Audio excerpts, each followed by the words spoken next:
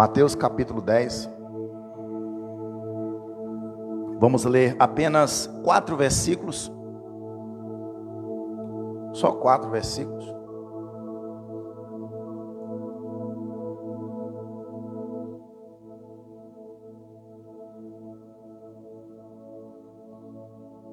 Mateus capítulo de número 10. Do versículo de número 1 até o 4. Amém?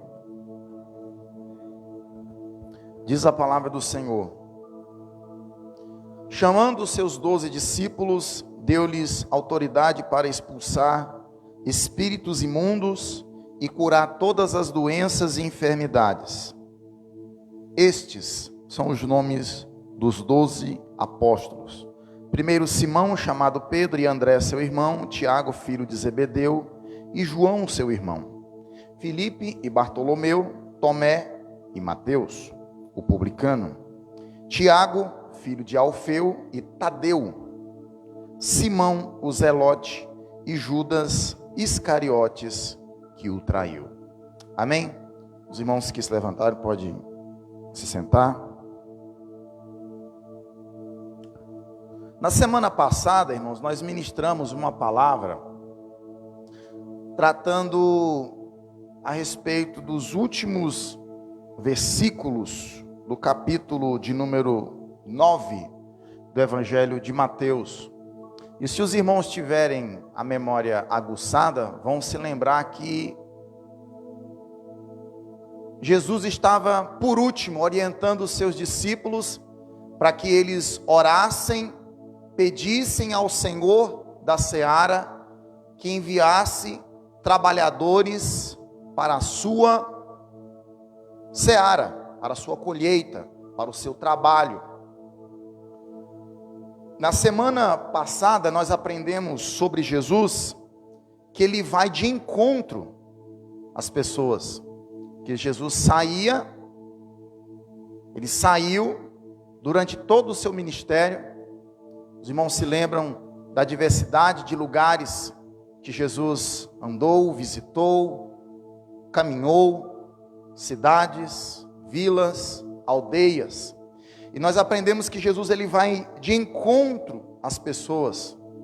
Ele não é um professor que aguarda os seus alunos em uma salinha de 4 paredes. Ele vai de encontro às pessoas.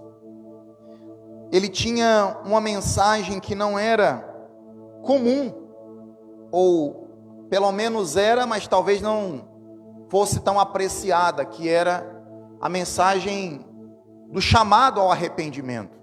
E Jesus ele pregava isso. Ele anunciava o reino de Deus, as boas novas da salvação.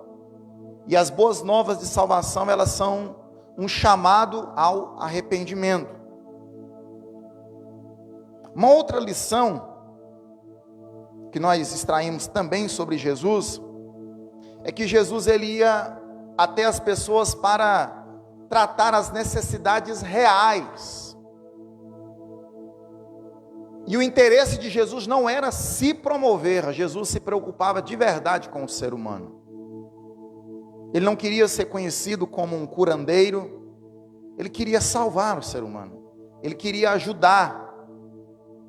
Os irmãos sabem que nós estamos vivendo tempos difíceis, onde tudo que a pessoa faz é por um interesse escuso, é por um interesse que é questionável, que não combina, que não se alinha com aquilo que as Escrituras ensinam. Nós aprendemos aqui no Sermão do Monte que nós podemos fazer coisas boas, no entanto, com sentimentos, com motivações egoístas, motivações erradas. Você não vê isso em Jesus. Jesus é o exemplo perfeito. A segunda lição que nós aprendemos sobre a nossa vida, no que diz respeito ao nosso relacionamento com o nosso semelhante, esse relacionamento horizontal. Nós fomos na semana passada desafiados a reavaliar nossos sentimentos Porque Jesus, ele olhava para as multidões, e das multidões ele sentia compaixão, porque estavam como ovelhas que não têm pastor, estavam desamparadas. A semana passada nós fomos confrontados, desafiados a repensar como nós estamos lidando com o nosso semelhante, com as pessoas ao nosso redor. Terceiro, sobre a nossa mordomia, ou seja, o nosso trabalho, aquilo que nós podemos oferecer para Deus. Nós fomos encorajados na semana passada também, eu pelo menos entendi como uma mensagem de encorajamento. Que às vezes, tudo que a gente fala parece que é só para deixar as pessoas para baixo. Eu não entendo assim. Quando uma palavra ela me confronta, ao mesmo tempo também ela me encoraja, ela me desafia a uma posição diferente, a uma atitude diferente, a um sentimento diferente. E sobre a nossa mordomia, nós somos encorajados a repensar nossa perspectiva a respeito do que temos à disposição para o seu serviço. Eu perguntei na semana passada: será que nós temos mais pessoas dispostas do que pessoas necessitadas? Nós aprendemos que com Jesus que não, que existem muitas pessoas necessitadas e poucas pessoas dispostas a ajudar, a estender a sua mão. Essa realidade não mudou ainda.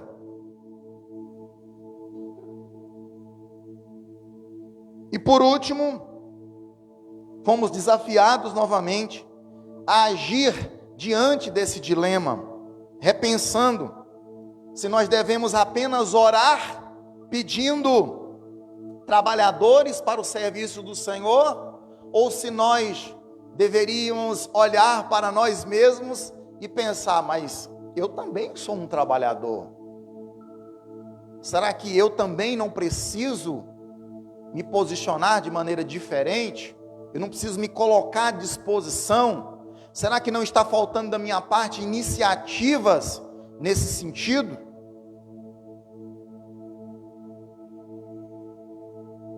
Nós estamos vivendo tempos muito difíceis, irmãos, onde ninguém quer se envolver, ninguém quer se machucar, ninguém quer ouvir ou vivenciar uma experiência negativa quando você se aproxima de pessoas para ajudá-las. E o interessante é que Jesus, ele está experimentando isso, os discípulos dele experimentaram isso, pessoas que queriam ser ajudadas e pessoas com problemas. E a igreja precisa repensar isso, irmãos.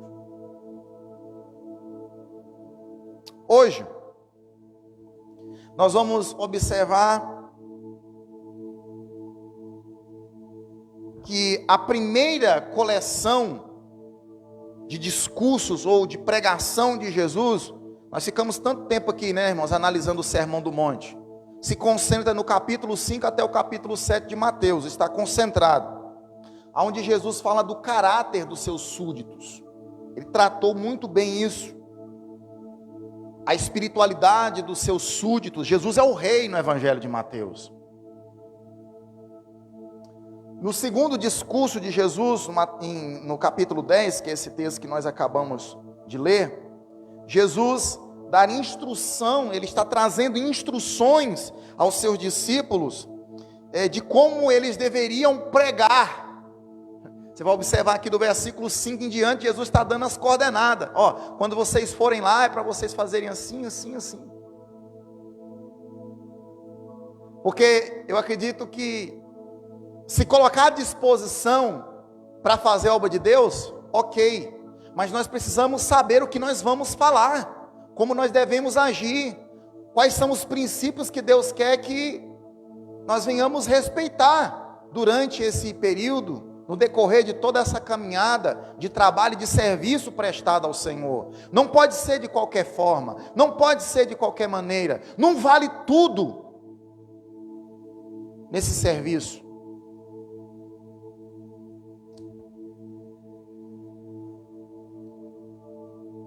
Um teólogo, ele diz que antes de Jesus enviar os seus embaixadores, porque ele é o rei, né? Para ministrar, ele pregou um sermão de ordenação. Para quê? Para encorajá-los.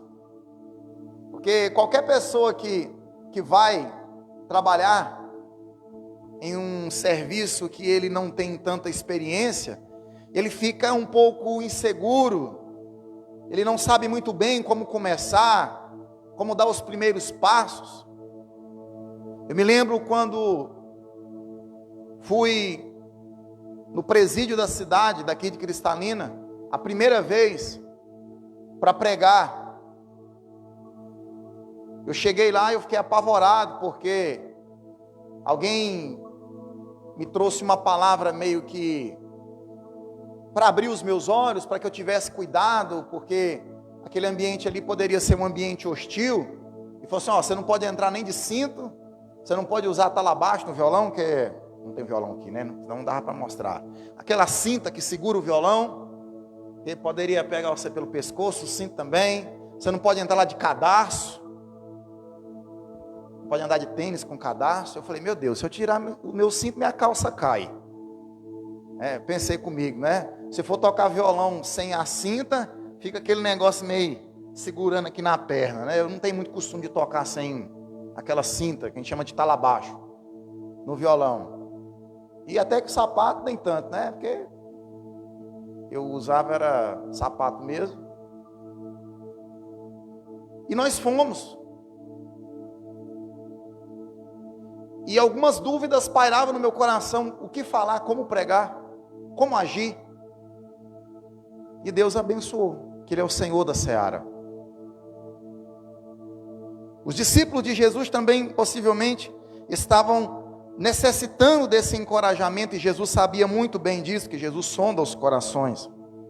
As lições que nós vamos extrair aqui hoje sobre Jesus, é que Ele escolhe de maneira soberana os seus discípulos. Eu vou precisar de um pouquinho de tempo, eu sei que é muito corrido aqui, irmãos, ministrar uma palavra no domingo, principalmente mensagem expositiva. E normalmente os pregadores aí que se utilizam desse método de pregação expositiva, eles têm um pouquinho mais de tempo, mas a gente vai tentar compactar aqui os assuntos, tentar ser bem sucinto. Primeiro, que Jesus escolhe os seus discípulos de maneira soberana. São 3 pontos aqui, irmãos. Jesus escolhe de maneira soberana, que Jesus, ele delega a autoridade aos os seus embaixadores, e que terceiro, ele não escolhe pessoas iguais, e sim pessoas diferentes, para expressar com isso a sua multiforme graça. Nós vamos analisar aqui alguns personagens, alguns discípulos de Jesus, e nós vamos chegar a um denominador que eles não eram nem um pouco parecidos. Nada a ver uns com os outros. Primeiro, Jesus escolhe os seus discípulos de forma soberana. Ele foi extremamente soberano nessa escolha. Olha a primeira parte do versículo de número 1, que diz: chamando seus 12 discípulos. Ou seja, não há ali nenhum tipo de motivação humana e nem pressão externa que fez com que Jesus escolhesse necessariamente aqueles. Ele escolheu voluntariamente, soberanamente. Jesus sabia muito bem o que ele estava fazendo. Agora nós vamos parar para pensar nisso. Por quê?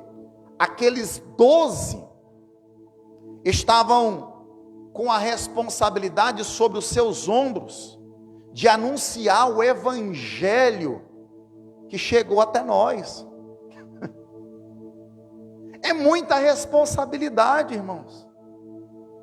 Era algo muito precioso o que estava sobre os ombros daqueles homens. Levar o evangelho para o mundo inteiro. Tudo que nós conhecemos a respeito do evangelho se deve a esta escolha de Jesus, a esses homens imperfeitos, que se provavelmente estivesse ali se fosse comigo, se fosse para mim escolher, eu possivelmente não escolheria aqueles, porque nós muitas vezes escolhemos por causa das aparências, por causa do talento, e por causa de algum tipo de afinidade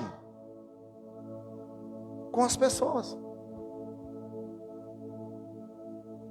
Jesus tem o seu meio de escolher. E como que ele escolhe, irmãos? Como que ele escolhe? Eu gostaria aqui eu queria ter mais tempo para falar sobre isso, mas eu vou falar aqui sobre isso. Nós precisamos entender que Deus escolhe pessoas para responsabilidades gerais e responsabilidades específicas. Guarde bem isso. Deus escolhe pessoas para responsabilidades gerais e Deus escolhe pessoas para serviços específicos. Amém? Com isso nós chegamos ao primeiro denominador, porque ali estavam o que nós conhecemos como apóstolos. Só que antes daqueles homens serem chamados de apóstolos, o que eles eram? Eles eram discípulos. Logo, nem todo aquele que é chamado de discípulo é apóstolo, mas todo apóstolo precisa ser discípulo de Jesus. Responsabilidades gerais, responsabilidades específicas. Você pode não ser evangelista, você pode não ser diácono, você pode não ser pastor, você pode não ser obreiro, mas você precisa ser discípulo de Jesus. Nós falamos aqui na quarta-feira, irmãos, que a visão bíblica das pessoas que compõem a igreja, daqueles que estão ali inseridos nesse grande corpo, é que eles sejam discípulos de Jesus. Jesus escolhe de maneira geral, os discípulos. A igreja é composta de muitos discípulos de Jesus. Eu entendo que Deus não escolhe arbitrariamente cada um no sentido de salvação, mas Ele escolhe no sentido geral. Ele escolhe a igreja no sentido geral, porque Deus já determinou que há uma igreja. Jesus diz: a minha igreja, as portas do inferno não prevalecerão sobre a minha igreja. Igreja significa assembleia, um grupo de pessoas, não é Assembleia de Deus não, tá, irmão? Um grupo de pessoas, a palavra é eclesia. Mas ao mesmo tempo Deus escolhe pessoas para o seu serviço. Paulo disse que ele foi escolhido desde o ventre da mãe dele, quando ele escreve a sua primeira carta aos Gálatas. Ele escolhe. A escolha dele é soberana. Mas aí vem uma pergunta para as nossas vidas: o que significa escolher soberanamente? Como isso acontece, segundo as Escrituras? Parece que não encontramos de maneira muito clara a razão de Deus agir, ou seja, como Ele age e faz o que Ele faz. Mas eu gostaria de citar aqui 1 Pedro, capítulo de número 1, o versículo de número 2. Olha como é que Deus escolhe. 1 Pedro, capítulo de número 1, versículo de número 2. Diz que nós somos, ele está se dirigindo a uma igreja, né? Ali você vê no versículo de número 1, é muito claro, é muito específico, é muito objetivo as palavras de Pedro, quando ele se dirige a um grupo da igreja. São chamadas cartas gerais. Diz que aquele grupo foi escolhido de acordo com o pré-conhecimento de Deus Pai, pela obra santificadora do Espírito, para a obediência a Jesus Cristo e a aspersão do seu sangue. Ou seja, Deus escolhe segundo o seu pré-conhecimento. Porque, irmãos, como que nós somos salvos hoje? Nós somos salvos pela fé, pela graça, mediante a fé. Deus, na sua infinita sabedoria, quando Ele olha para o futuro, Ele sabe se você vai crer ou não, se você vai ter fé ou não. Então Ele escolhe assim, por meio da sua pré-ciência, ou pelo seu pré-conhecimento.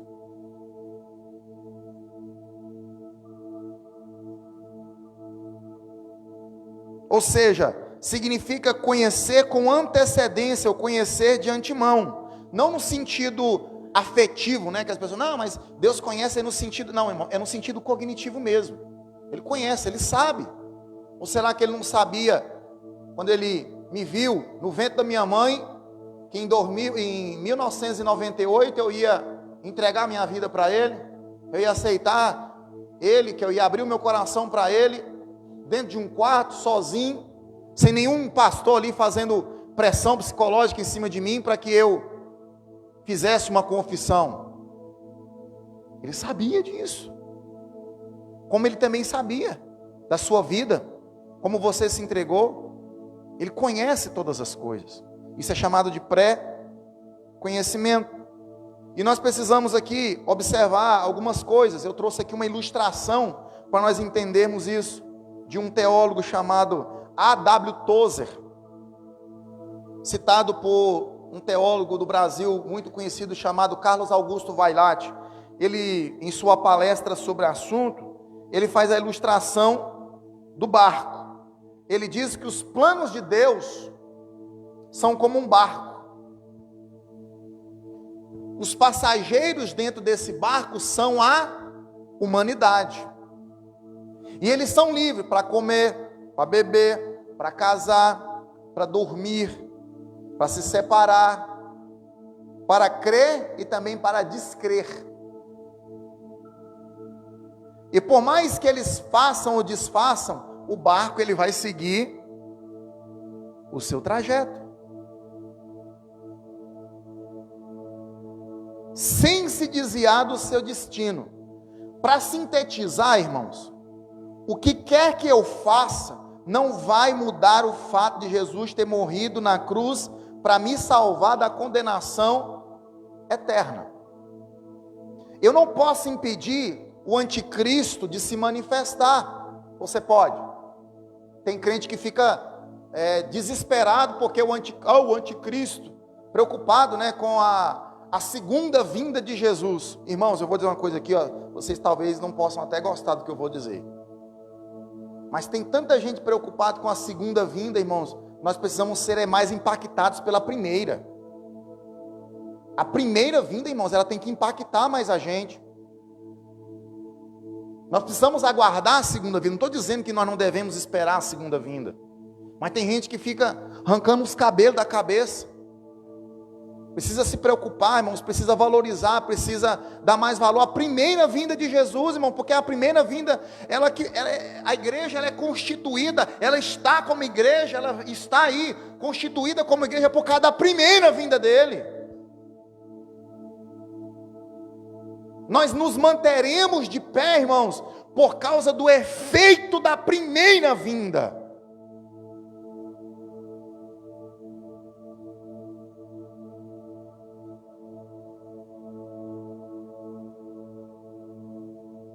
Jesus, ele escolhe livremente. Segundo ponto aqui que eu gostaria de tratar, é que ele delega autoridade para os seus. Versículo de número 1, a parte B. Deu-lhes autoridade para expulsar espíritos imundos e curar todas as doenças e enfermidades.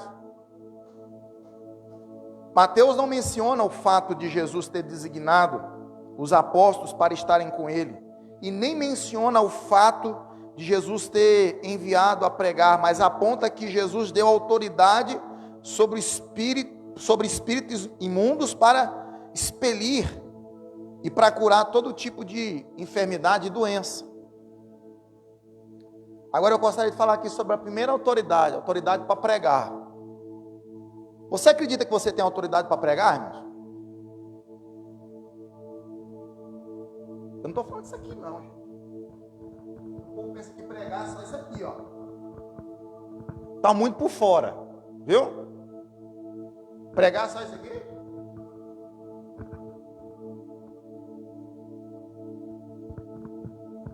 Mas parece. Deus um dia vai me usar para pregar. A pregação não é só microfone não, gente.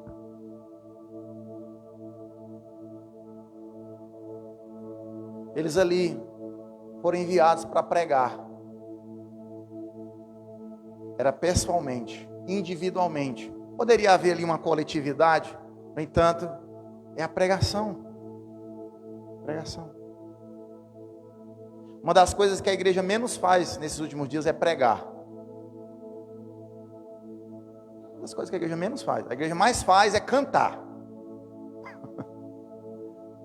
Cantar, todo mundo está pronto para cantar, mas para pregar, ninguém quer pregar.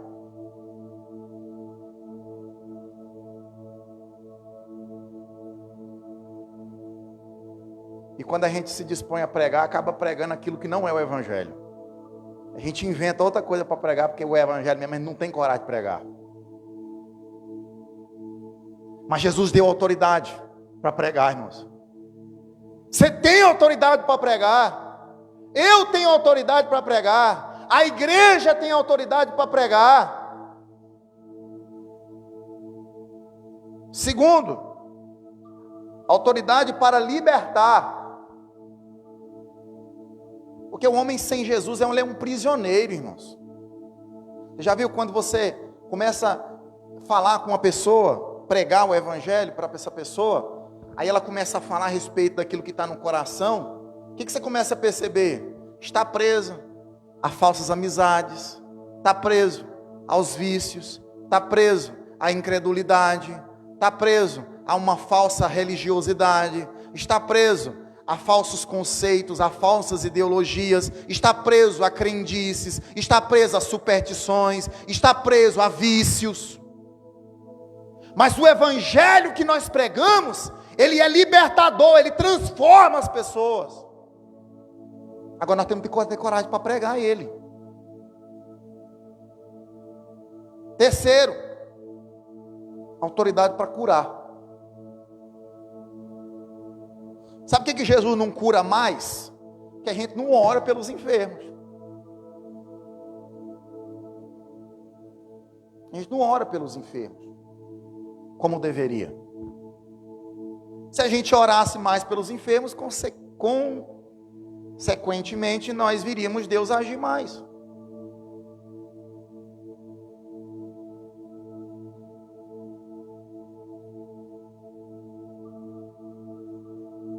A consequência das enfermidades, ou seja, as enfermidades elas existem por causa do pecado.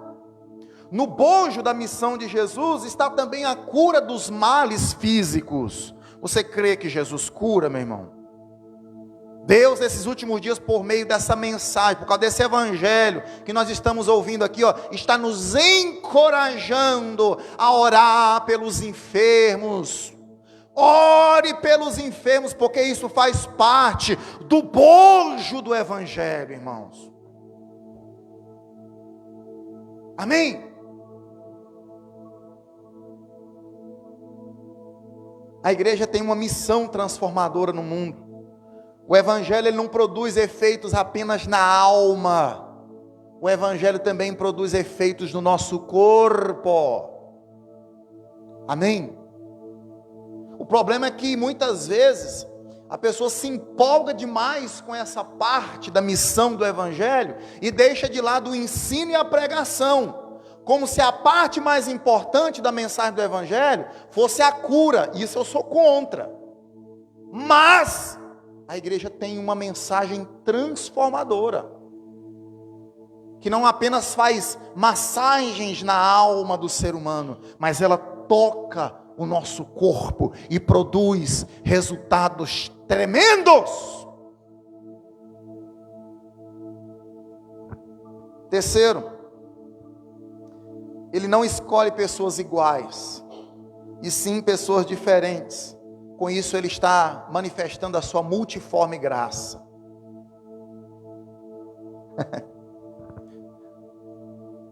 Hoje, né, nós estávamos vendo um videozinho da menininha que sabia o nome de todos os discípulos de Jesus.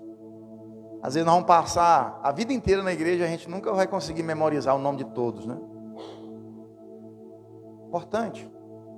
Porque o nome desses personagens, eles nos ajudam a entender essa diferença que cada um tem. Eu não vou aqui falar sobre todos, porque o tempo é curto, mas nós vamos entender aqui algumas questões dessa diferença. Porque no ministério de Jesus, haviam homens, politicamente falando, de extrema direita, como Mateus, que trabalhavam a favor do Império Romano, como cobrador de impostos. E havia ali homens como Simão Zelote, que era contra o regime dos imperialistas. Esses homens eram galileus, exceto Judas Iscariotes. Eles também eles não eram pessoas de formação acadêmica, grandes eruditos. 4 deles eram pescadores. 2 deles, Tiago, filho de Alfeu, e Tadeu, não são mencionados em nenhum outro lugar da Bíblia. Pastor, como assim Tiago não é mencionado? Não tem a carta de Tiago? Deixa eu dizer uma coisa para você, aquele Tiago não é esse Tiago aqui, viu, irmãos? Aquele Tiago lá, das cartas, é o irmão de Jesus. Tiago, irmão de Jesus. Este Tiago aqui, que fazia parte dos discípulos, não é o irmão de Jesus. Você sabia disso, né, irmão? Sabia disso, né, crente? Sabia não, pastor. Não tiveram tanto destaque assim nas narrativas do Novo Testamento. Quem está falando aqui pela manhã, né? A gente pensa que todo mundo que Deus chama para o evangelho, para a missão, para o ministério, são pessoas que vão ter grande destaque, né? Que precisam escrever os seus nomes nos anais da história, pessoas importantes. Não, irmão, nada disso, nada, irmãos. Não, nada disso, irmãos. Existem pessoas que Deus vai chamar e boa parte delas vai ficar no anonimato. Isso é desde os discípulos de Jesus. Porque a gente criou isso por causa das redes sociais, né? Todo mundo tem que estar numa posição para impactar, irmãos. Não é nós, não é a nossa imagem, não é a nossa figura, é Jesus, é Ele.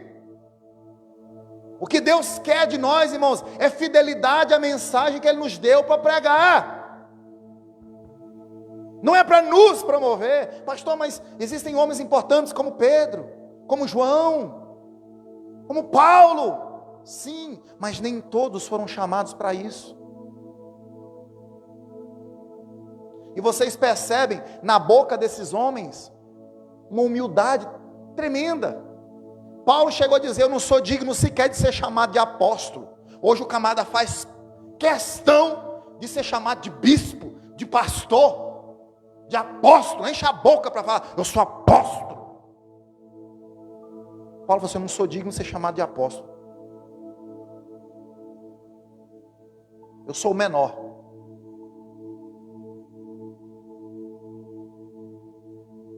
Você olha para Pedro, quando foi crucificado, a casa tinha caído para Pedro, né? Para muitos, né? É para o homem ser crucificado, ele quer ser crucificado segundo a tradição, de cabeça para baixo, que ele não se achava digno de ser morto como seu salvador. Será que Pedro queria se promover? Até na morte Pedro glorificou a Jesus.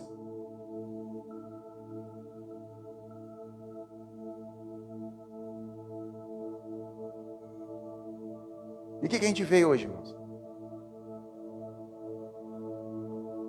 Tem pastor, se você não chamar ele de... Tem obreiro, né? Se você não chamar ele de bispo, viu? sou bispo. Às vezes a pessoa chega e me chama pelo nome. Estou dizendo com isso, irmãos, que eu sou humilde, não. Ah, desculpa, pastor, não, irmão. Ué, o meu nome não é pastor? Ou é? Meu nome é Fernando. Vou me sentir ofendido com isso? Desde que a pessoa me considere como pastor, amém, né? É ruim quando a pessoa ela me chama pelo nome e não me considera como pastor. Agora, se você me chama pelo meu nome e me considera pastor, eu não vou ficar chateado de jeito nenhum. Amém? Esses homens eram diferentes. Não eram perfeitos. Alguns não tiveram tanto destaque na narrativa do Novo Testamento. Pedro, chamado Simão, era um pescador. Como é que Pedro era? Era um homem que falava sem pensar, trocava os pés pelas mãos, era inconstante, contraditório, temperamental. No início não era um bom modelo de firmeza e de equilíbrio, era um desequilibrado da vida. É um fala pelos cotovelos. É aquele que falava e não podia muito bem garantir aquilo que ele falava. Não sei se alguém se identifica com Pedro. Eu, em alguns momentos, eu me identifico muito com Pedro. Ele vivia sempre os limites, né? De coisa boa com coisa ruim. Ele está diante de Jesus e fala assim: tu és o Cristo, Filho do Deus vivo. Oh, glória, que maravilha, né? Ele fala assim: rapaz, se for uma revelação que você recebeu, de repente ele: Senhor, não faça isso contra você mesmo. Aí Jesus tem que falar: para trás de mim, Satanás. Pedro vivia esses altos e baixos. Pedro era assim. Pedro fazia promessas ousadas. Não vou te negar, Jesus. De maneira nenhuma te deixarei. Você se identifica com isso? Pedro? De maneira nenhuma eu vou te deixar. Tiago e João eram explosivos, temperamentais também. Eram chamados filhos de trovão. Um dia, olha, irmão, você vê, Tiago era tão gente boa que um dia eles pediram para que Jesus mandasse fogo para consumir os samaritanos. Está lá em Lucas capítulo 9, versículo 54. O pessoal fala assim: João era o apóstolo do amor. Ah, é?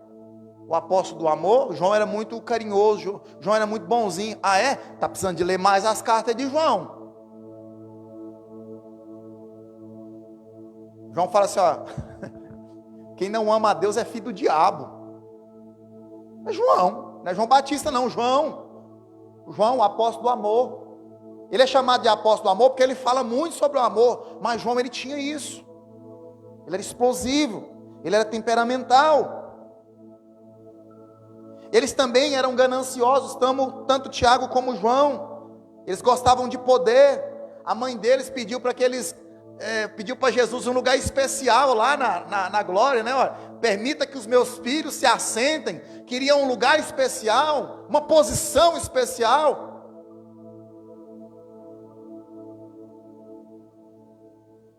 Tiago foi o primeiro a receber a coroa do martírio. Enquanto ele foi o primeiro a chegar no céu, seu irmão foi o último a permanecer na terra. Enquanto Tiago não escreveu nenhum livro da Bíblia, João escreveu 5 livros: o Evangelho, 3 epístolas e ainda o livro do Apocalipse. E André, irmão de Pedro? André era aquele que ficava ali por trás dos bastidores, né? Foi ele que levou Pedro até Jesus. A pessoa nem se lembra disso, né? Quem que levou Pedro a Jesus? Foi André.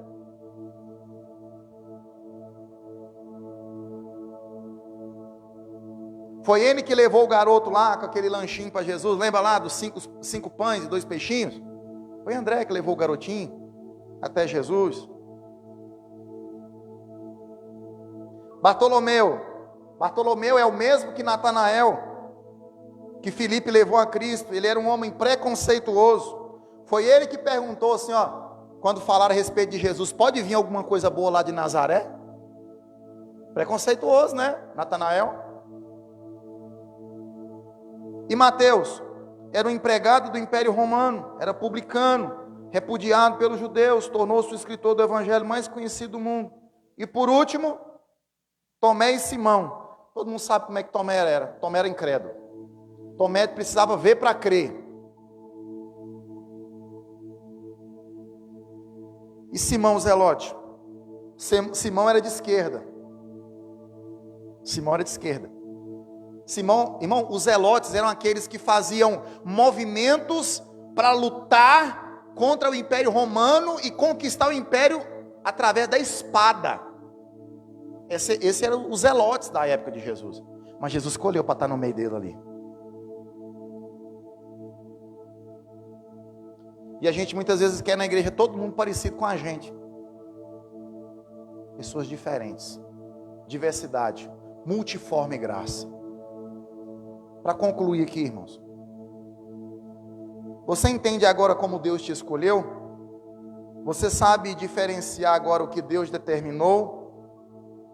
Qual é o limite da sua liberdade? Qual é o propósito da sua vida? Essa é a primeira pergunta. Segundo, o que fazer com a informação que Deus deu autoridade para os discípulos? Para você significa alguma coisa essa autoridade? Ou é apenas algo que ficou para o passado? E a última pergunta. Conhecendo essa multiforme graça na escolha de Jesus para os seus discípulos, será que não somos desafiados a agir com mais sabedoria diante de pessoas diferentes de nós? O que significa isso para você? Unidade não é uniformidade. Viu? Podemos estar unidos sendo diferentes. Amém? Nem o casal é igual, irmãos. Quanto mais uma igreja, que é composta de muitas famílias. Eu sou bem diferente da minha esposa. Minha esposa é bem diferente de mim. Você começa a conviver com a gente, vocês percebem isso? Na hora.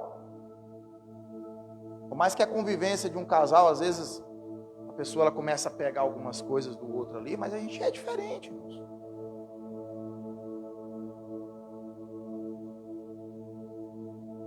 Vamos ficar de pé?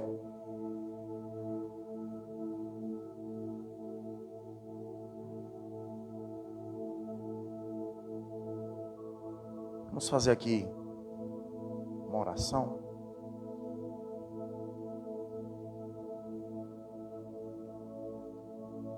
Deus Todo-Poderoso, Senhor e Rei de todo o universo,